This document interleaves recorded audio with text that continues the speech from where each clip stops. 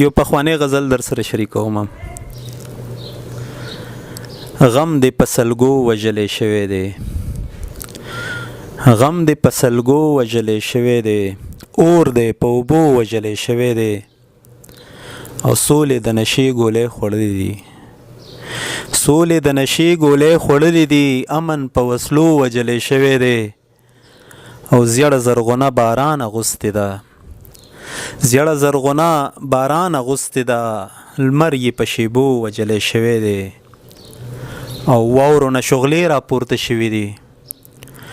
واورو نه شغلې راپورته شوي دي، ژمی په لمبو وژلی شوی دی، او خاندې د دنیا ورته مسکی نشي، خاندې د دنیا ورته مسکی نشي، یار دې په خوږو وژلی شوی دی، او مړی دی په مزار د شاه سعود شمې،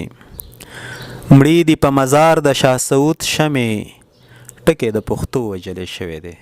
مننه.